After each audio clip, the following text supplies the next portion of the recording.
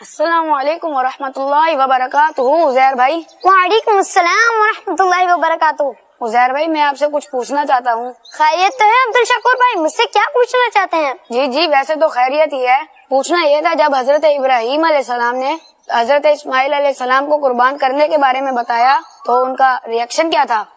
لگتا ہے عبد الشکور بھائی آپ نے امیر علیہ سنت کا رسالہ بیٹا ہو تو ایسا نہیں پڑھا۔ آپ صحیح کہہ رہے ہیں عزیر بھائی، میں نے نہیں پڑھا، اس میں ایسا کیا ہے؟ بھائی آپ کے سوال کا جواب اس میں لکھا ہوا ہے کہ جب حضرت ابراہیم علیہ السلام نے حضرت اسماعیل علیہ السلام کو اللہ پاک کے پیغام یعنی ان کو قربان کرنے کے بارے میں بتایا تو حضرت اسماعیل علیہ السلام نے فرمایا ابو جان آپ کو جس بات کا حکم دیا گیا ہے وہ آپ پورا کیجیے، یعنی مجھے قربان کیجیے، انشاءاللہ عز و جل آپ مجھے صبر کرنے والا پائیں گے۔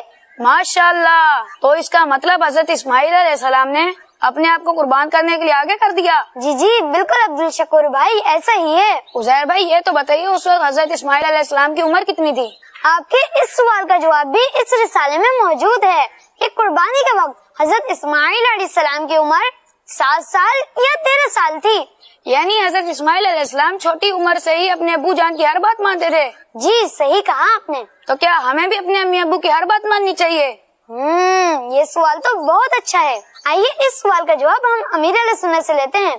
پیارے امیر علیہ سنت، جس طرح حضرت اسماعیل علیہ السلام اپنے ابو جان کی ہر بات مانتے تھے تو کیا ہمیں بھی اپنے امی ابو کی ہر بات ماننی چاہیے؟ ماشاءاللہ ماشاءاللہ، پیارا انداز ہے۔ حضرت ابراہیم خلیل اللہ علیہ نبی جناب علیہ صلی اللہ وسلم اللہ کے نبی ہیں، اور نبی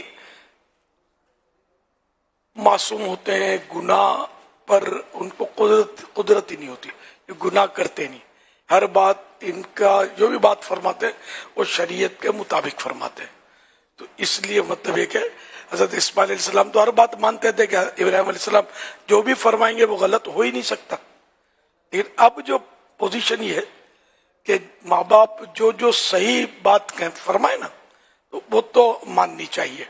بعض اوقات ماں باپ اگر ایسا کہتے ہیں کہ بیٹا داڑھی مت رکھ، جو داڑھی والوں کو کہتے ہیں، تو یہ بات نہیں مانیں گے۔ اس طرح کوئی گناہ کی بات کرے کہ فلاں گناہ کر لے، چوری کر لے یا یہ مطلب، تو اس طرح کا عام طور پہ کہتے نہیں ہیں۔ اگر کوئی کہیں تو پھر وہ بات نہ مانی جائے، اور جو بات شریعت کے مطابق ہو بالکل مانی جائے، ماں باپ کی فرمانبرداری کی جائے، ان کی خدمت کی جائے، اطاعت کی جائے، نافرمانی سے بچا جائے۔ صلو علی الحبیب صلی اللہ علی محمد۔